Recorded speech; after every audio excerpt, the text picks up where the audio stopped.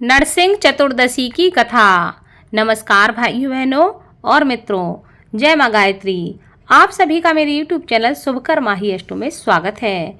आज के इस वीडियो में सुनेंगे नरसिंह चतुर्दशी की कथा, पूजन विधि व शुभ मुहूर्त के बारे में।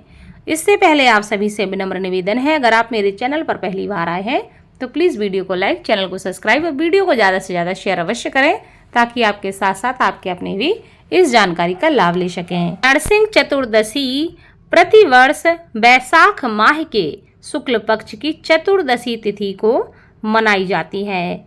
इसमें भगवान विष्णु के चौथे अवतार भगवान नरसिंह का प्राकट्य पर्व मनाया जाता है। इस दिन को नरसिंह जयंती या नरसिंह चौदस के रूप में लोग मनाते हैं। वैदिक पंचांग के अनुसार इस बार वैशाख शुक्ल पक्ष की चतुर्दशी तिथि 21 मई को शाम 5:40 से प्रारंभ हो रही है और यह तिथि 22 मई को शाम को 6:45 पर समाप्त होगी।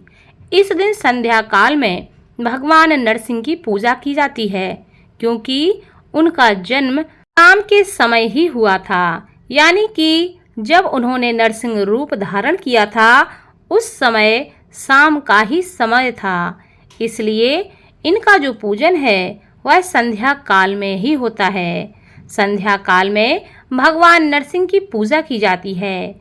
इस तरह यह त्यौहार 21 मई 2024 दिन मंगलवार को मनाया जाएगा और इस दिन का पूजा का जो समय है वह शाम को 4:24 से शुरू होकर शाम को 7:09 तक रहेगा, यानी कि आपको 4:30 बजे से शाम के 7 बजे के बीच में इनका पूजन करना चाहिए। यह भगवान विष्णु के ही चौथे अंश हैं। सृष्टि के पालनहार और संपूर्ण जगत के स्वामी भगवान विष्णु ने अपने भक्त प्रहलाद को राक्षस हिरण्याकश्यपु से बचाने के लिए नरसिंह का अवतार लिया था। नरसिंह अवतार भगवान विष्णु के 10 अवतारों में से चौथे अवतार माने गए हैं। भगवान नरसिंह शक्ति और पराक्रम के देवता हैं। इन्हें शत्रुओं के नाशक के रूप में जाना जाता है। इस दिन भगवान विष्णु ने अपने भक्त प्रहलाद की रक्षा करने के लिए आधा मनुष्य व आधा शेर का शरीर धारण करके दैत्यों के राजा हिरण्याकश्यपु का वध किया था। इस विशेष तिथि पर भगवान नरसिंह जी की पूजा की जाती है।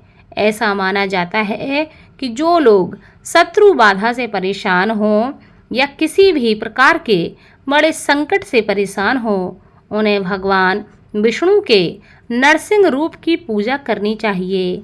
ऐसा करने से जीवन के विभिन्न प्रकार के संकटों से मुक्ति मिलती है और हर प्रकार की शत्रु बाधा समाप्त हो जाती है।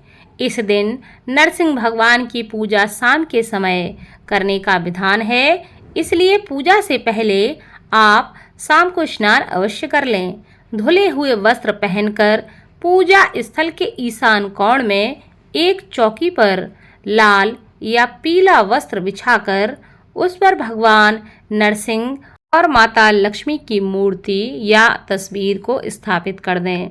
साथ में भगवान गणेश को जरूर विराजमान करें, क्योंकि भगवान गणेश को हर पूजा में विराजमान करना अति आवश्यक होता है। और सबसे पहले पूजन भगवान गणेश का होता है, उसके बाद लक्ष्मी नारायण का पूजन किया जाता है, यानी कि उसके बाद आप भगवान नरसिंह और माता लक्ष्मी का पूजन करें।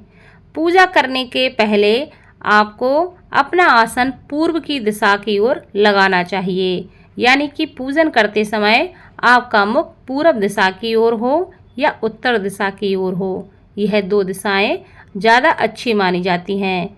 इसके अलावा अगर आप चाहें तो पश्चिम दिशा में भी अपना मुख कर सकते हैं, लेकिन दक्षिण दिशा की ओर मुख नहीं किया जाता। इस बात का विशेष ध्यान रखना चाहिए। भगवान नरसिंह की पूजा में पंचामृत, फल, पुष्प, पंचमेवा, कुमकुम केसर, नारियल, अक्षत व पीताम्बर का प्रयोग करें। देसी घी का दीपक भगवान के सामने जलाएं। भगवान नरसिंह के मंत्रों का उच्चारण करें। ऐसा करने से भगवान नरसिंह की विशेष कृपा प्राप्त होती है। इस दिन गरीब लोगों को गर्मी से राहत देने वाली चीज़ों का आप दान करें। यह ठंडी चीज़ें आप दान में देंगे तो इससे आपके जीवन में खुशहाली आती है। जो साधक नरसिंह जयंती के दिन भगवान नरसिंह का विधि विधान से शाम के समय पूजन करता है, उन्हें शत्रुओं पर विजय प्राप्त होती है। कोर्ट कचहरी संबंधी मामलों में जीत हासिल होती है। नरसिंह मंत्र से तंत्र मंत्र बाधा, भूत पिशाच भय, अकाल मृत्यु, असाध्य रोग आदि से छुटकारा मिलता है। जीवन में शांति की प्राप्ति होती है। भगवान नरसिंह की पूजा से मनुष्य का मनोबल बढ़ता है, जिससे आत्मविश्वास में वृद्धि होती है। इनकी पूजा और जप से घर की नकारात्मकता दूर होती है और बुरी शक्तियाँ अगर घर में होती भी हैं तो वह भाग जाती हैं। शौर्य, तेज और बल की प्राप्ति होती है। भौतिक और आध्यात्मिक उन्नति के लिए भगवान विष्णु के नरसिंह अवतार का पूजन अवश्य करें। पद्म पुराण के अनुसार भगवान विष्णु के इस अवतार की पूजा करने से भक्तों के सभी प्रकार के दुख, दरिद्रता, परेशानी, हर प्रकार का संकट समाप्त होता है। पौराणिक कथा के अनुसार प्राचीन काल में कश्यप नामक एक राजा थे। उनकी पत्नी का नाम दिति था।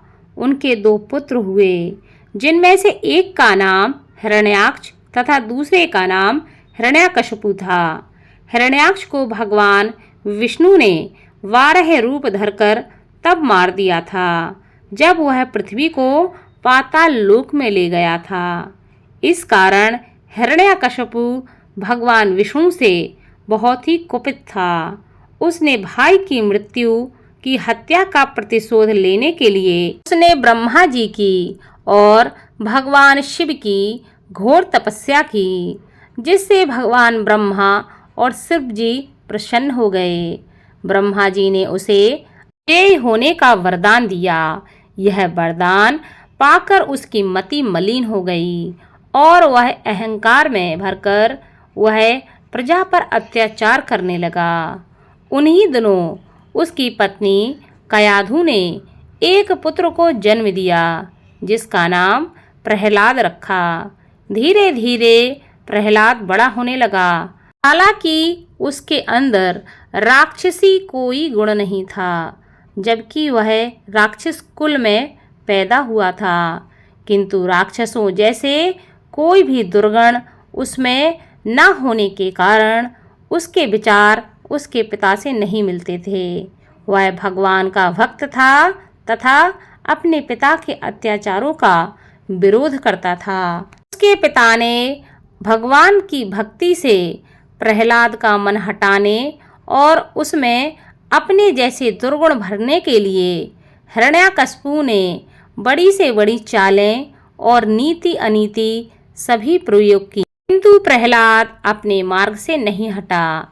अंत में उसने प्रहलाद की हत्या करने के बारे में सोचा और उसने अपने पुत्र को मारने के लिए कई बार बड़े बड़े षड्यंत्र भी रचे, मगर वह सभी षड्यंत्रों में असफल रहा।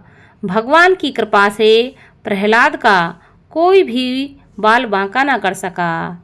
एक बार हिरण्यकशिपु ने अपनी बहन होलिका, जिसे वरदान था कि वह आग में नहीं जलेगी, उसको अपनी गोद में बिठाकर जिंदा जलवाने का प्रयास भी किया था, किंतु उसमें होलिका ही जलकर राख हो गई और प्रहलाद को किसी भी प्रकार की कोई हानि नहीं हुई।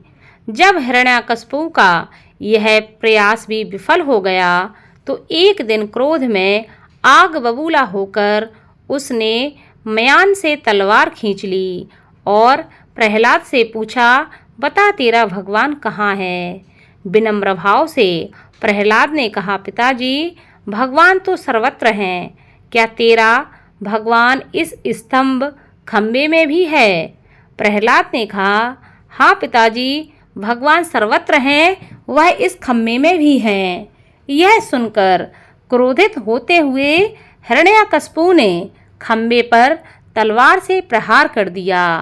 तभी खंबे को चीरकर भगवान श्री नरसिंह प्रकट हो गए और हिरण्यकशिपु को पकड़कर उसे अपनी जांघों पर डालकर उसकी छाती अपने नाखूनों से फाड़ दी। इसके बाद प्रहलाद के कहने पर ही भगवान श्री नरसिंह ने प्रहलाद के पिता को मोक्ष प्रदान दिया और प्रहलाद की सेवा भक्ति भाव से प्रसन्न होकर वरदान दिया कि आज के दिन जो लोग मेरा व्रत करेंगे, मेरी कथा को सुनेंगे, मेरा पूजन करेंगे, वे हर प्रकार के पाप से मुक्त होकर मेरे परम धाम को प्राप्त करेंगे।